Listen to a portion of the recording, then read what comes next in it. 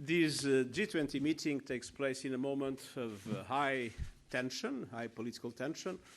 We have global warming, but we have also global political warming, and this can be seen in relation to trade and technology conflicts, can be seen in relation to situations in several parts of the world, namely the Gulf, and also in a moment in which there are uncertainties about the global economy, uncertainties due to trade conflicts, but also uncertainties related to high levels of debt, to potential instability in financial markets, the risk of a slowdown in global growth.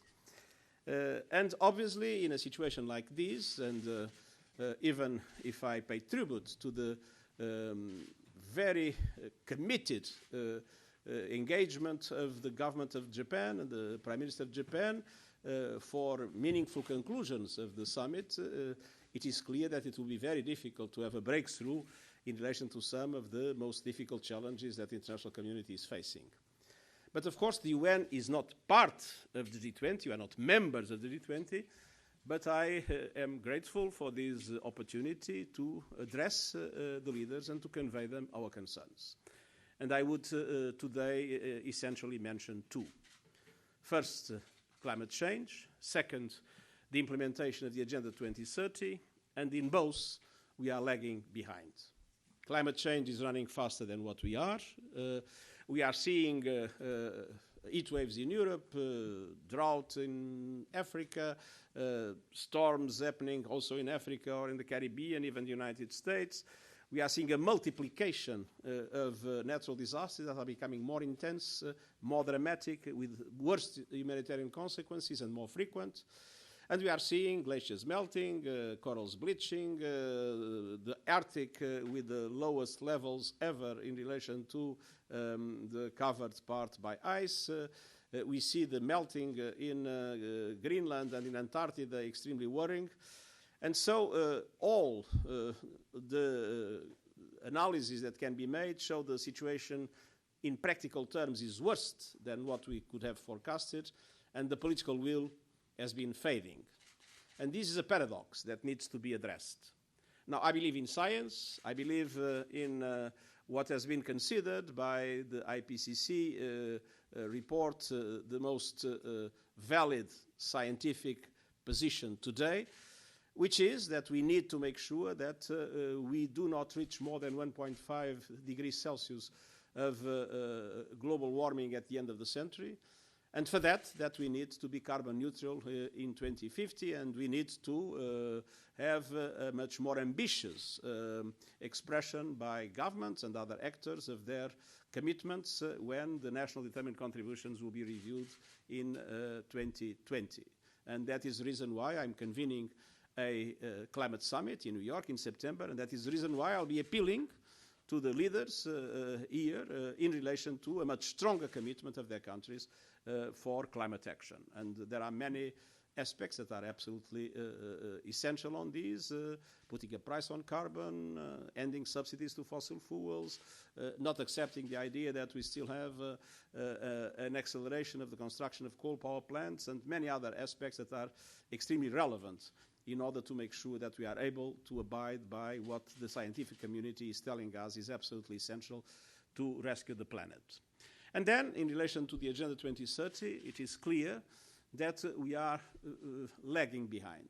If we project the different sustainable development goals, the evolution since the beginning until now to 2030, we will be more or less at midway of what the international community has determined when the Agenda 2030 was approved, which means we need to accelerate. We accelerate the mobilization of resources, national resources. Countries need to do more, mobilizing their own internal resources, improving their governance, reducing corruption, implementing the rule of law. At the same time, we need to do more in mobilizing the private sector. Without the private sector, it will be impossible to achieve these goals, and a lot needs to be done in order to raise awareness and to show the opportunities that exist and to create mechanisms to reduce risks. At the same time, we need to do more in international solidarity because, indeed, we are lagging behind and we need to accelerate.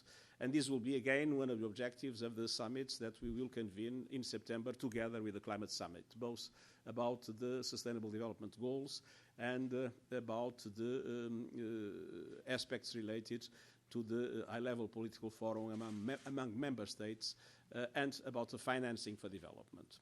And so an appeal for a much stronger commitment of the members of the G20 that represent 80% of the emissions in climate change, and that represent a very important area of international financial and economic cooperation, an appeal for a much stronger engagement, for an enhanced commitment, in order to be able to avoid the present situation in which climate change is running faster than what we are, and we are lagging behind in the implementation of the Agenda 2030.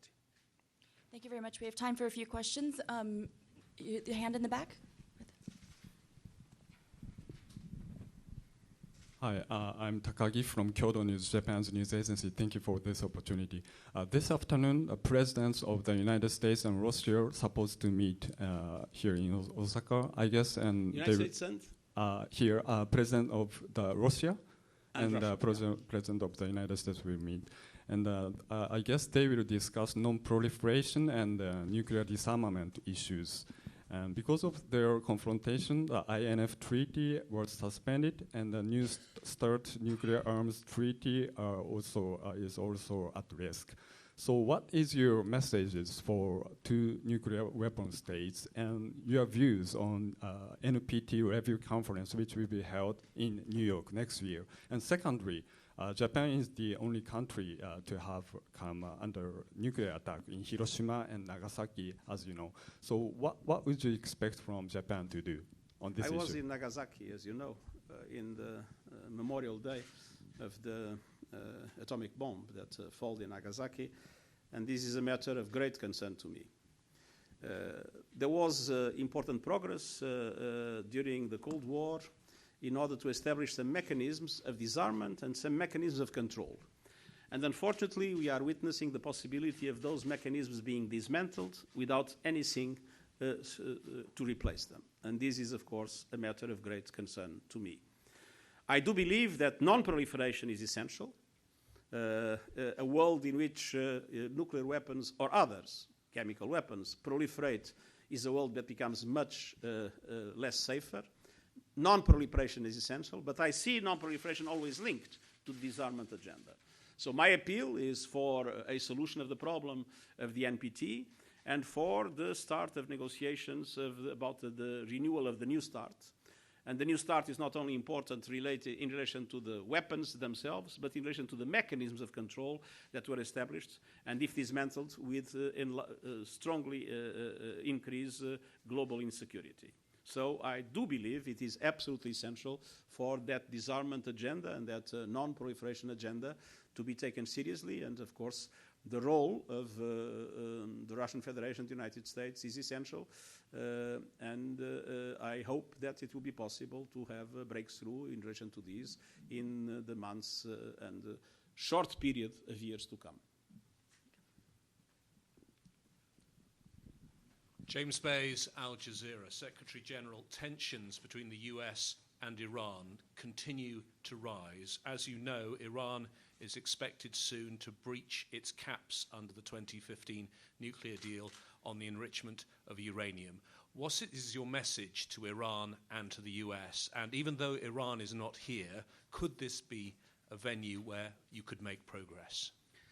Well, first of all, I've always believed and go on believing that the JCPOA is a very important instrument that was achieved and it was a factor of stability and that it will be very important to preserve it. And so I made that appeal to everybody, including to Iran. Obviously, it is essential to de-escalate the situation in the Gulf. It is essential to avoid that a confrontation takes place in the Gulf. I think the world couldn't afford it. It is a question that I'm sure, I mean, in my own context, of course, this will be on the table, but I have no illusions about it. The key protagonists are others, but it is a question that I've seen already is now a major concern for the key players that are together here in the G20.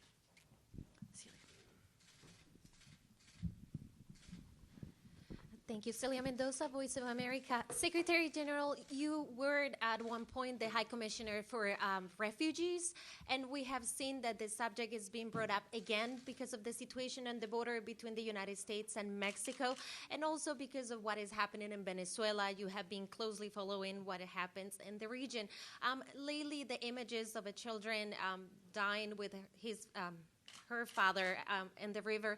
How can a group like the G20 be able to address this type of issues that we have seen lately, where countries are taking decisions that might impact the lives of these people, people that at one point were under the United Nations Refugee Agency? I'm not sure whether this will be or not discussed in the G20, but I know what is the answer for these situations. And the answer for these situations is to make full use of the Global Compact on Migration and to restore the integrity of the refugee protection regime.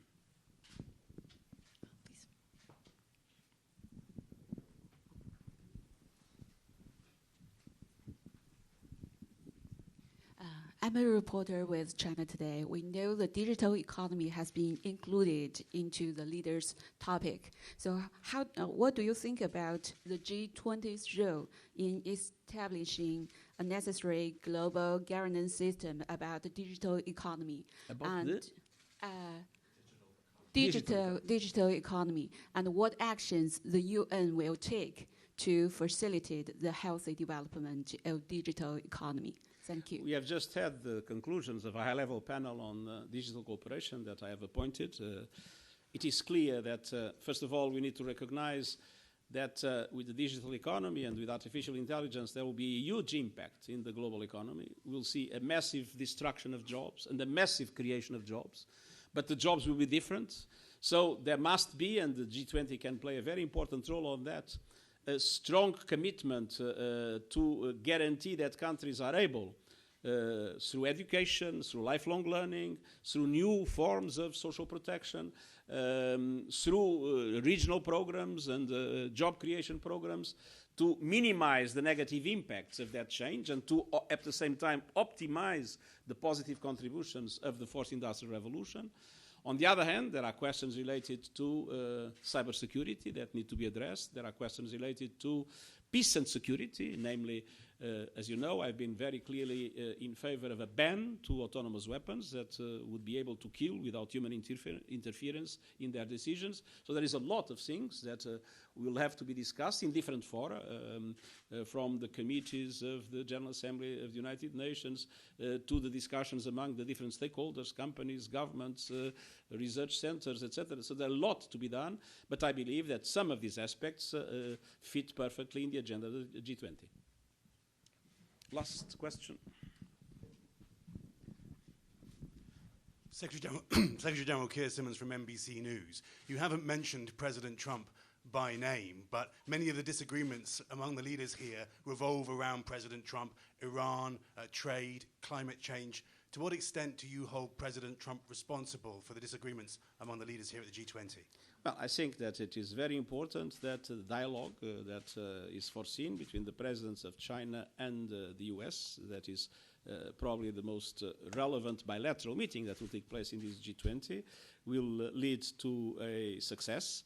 And it's important in relation to the other aspects, climate change and others, that the international community is able to stand together and to make sure that what was agreed in Paris and what was agreed in other fora moves forward, independent of the political will of this or that statesman.